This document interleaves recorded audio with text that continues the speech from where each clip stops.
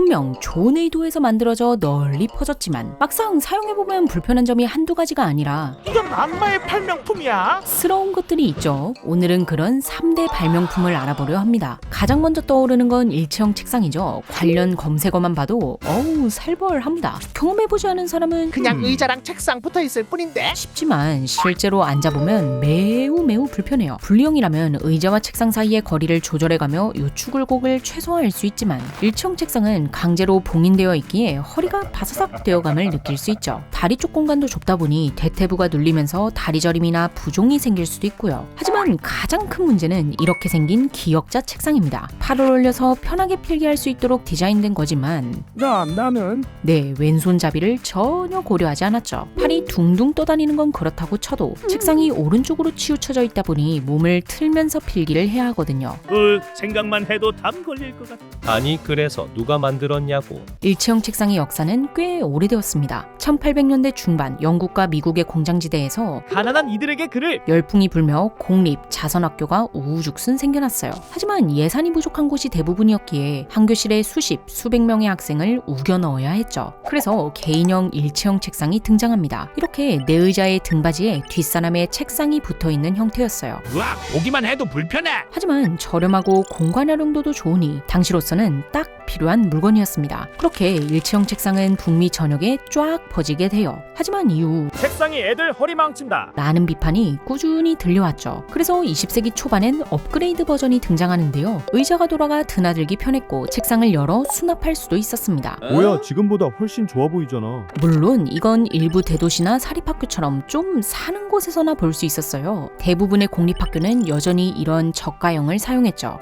그리고 1970년대에 플라스틱이 보급되면서 우리가 아는 그 일체형 책상이 널리 퍼지게 된 겁니다. 그럼 우리나라에는 언제 생겼어요? 일체형이 처음 등장한 건 1950년대 후반이지만 시제품 정도에만 머물고 널리 사용되지는 못했어요. 분리형은 동네 목공소에서도 뚝딱뚝딱 만들 수 있었는데 일체형은 기술이 필요한지라 그만큼 복잡하고 가격도 비쌌거든요. 이때가 전쟁이 끝난 직후다 보니 학교 예산은 턱없이 부족했고 학생도 그리 많지는 않았기에 공간은 넉넉했으며 앉으면 불편하기까지 하니 굳이 일체형 책상을 쓸 이유가 없었던 거죠. 그런데 1990년대가 되자 대학 정원이 폭발적으로 증가합니다. 이를 감당하기 위해 일체형 책상이 도입되는데요. 하지만 이게 수입품이었단 말이죠. 아무래도 단가가 좀 있다 보니 소수의 학교나 강의실에서만 볼 수 있었습니다. 그러던 2003년 대우가구의 이경상 씨가 한국형 일체형 책상을 만들어요. 튼튼하고 공간 효율성도 좋은 데다가 저렴하기까지 하니 대학들은 너도 나도 이 책상을 들여왔죠. 그렇게 일체형 책상이 대학 강의실을 점령하게 된 겁니다. 하지만 최근 들어서는 많은 대학에서 이 책상을 없애고 있죠. 학생들 사이에서 꾸준히 불만이 제기되어 왔으니까요. 그런데 이 와중에 거꾸로 일체형 책상을 도입하는 학교도 있더라고요. 왜? 뭐 하는 거야?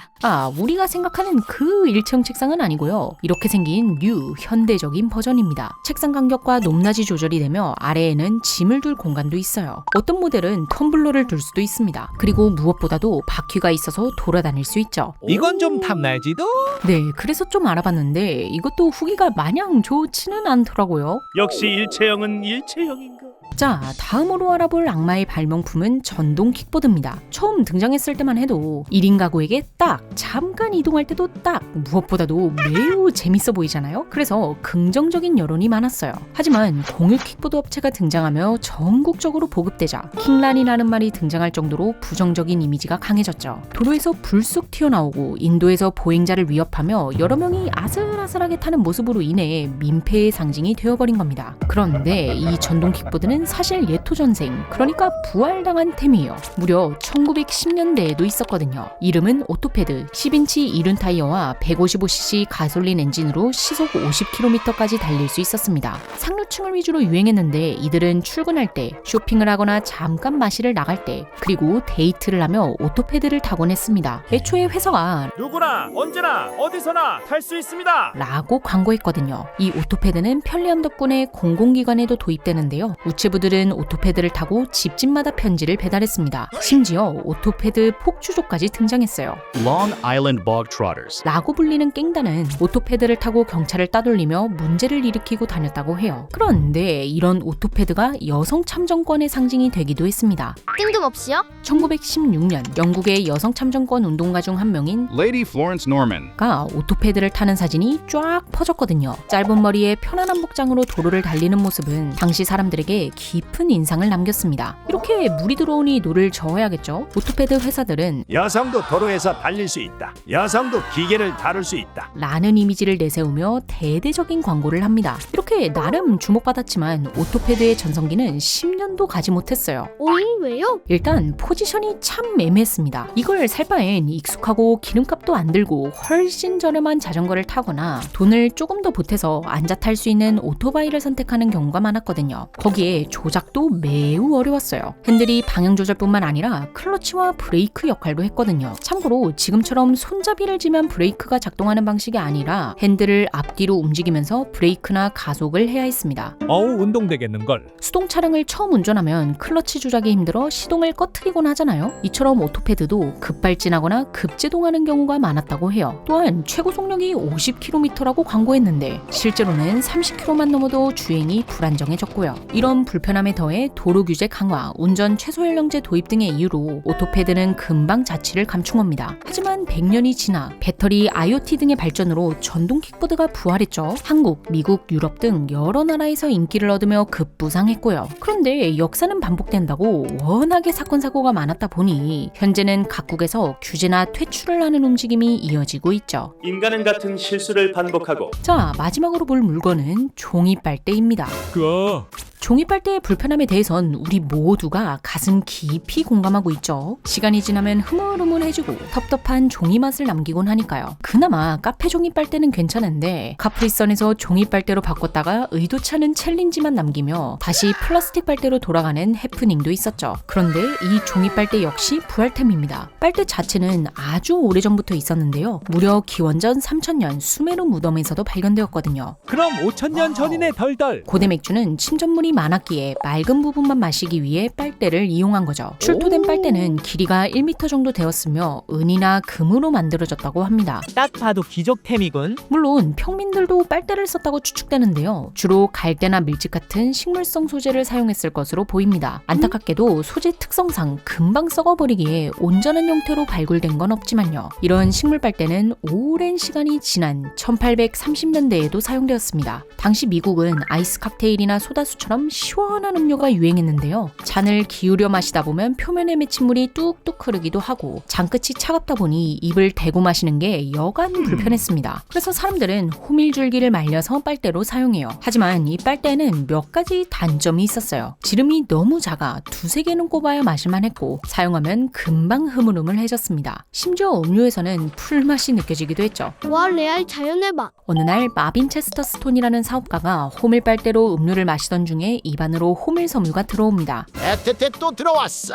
짜증이 난 그는 호밀 빨대를 대체할 것을 발명하기 시작하는데요. 담배 필터용 관을 만들던 기술로 긴 종이관을 만든 뒤 왁스 코팅을 더했습니다. 그렇게 물이 스며들지도 않고 풀량도 없으며 내구성도 좋은 종이 빨대가 탄생했죠. 이후 종이 빨대는 히트를 치며 널리 퍼졌습니다.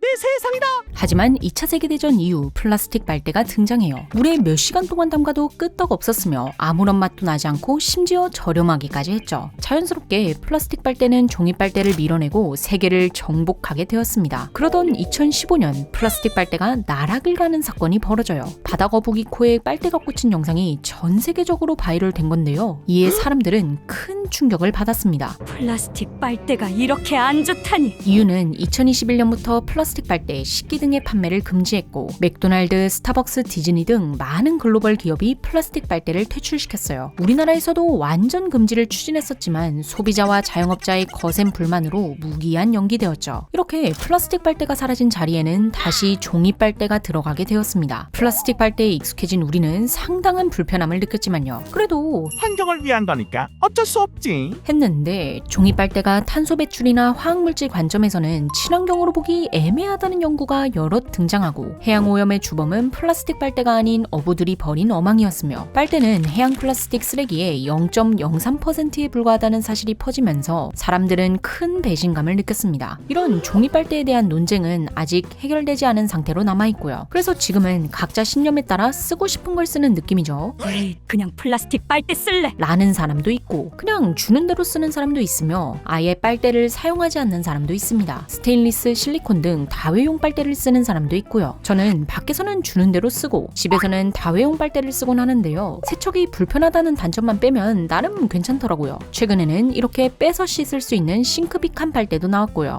자, 3대 악마의 발명품에 대해 알아봤습니다. 앞으로 이것들을 뛰어넘을 무언가가 만들어지게 될까요? 와, 그건 너무 무서운데 덜덜. 그럼 지금까지 몽고였습니다. 시청해주셔서 감사합니다.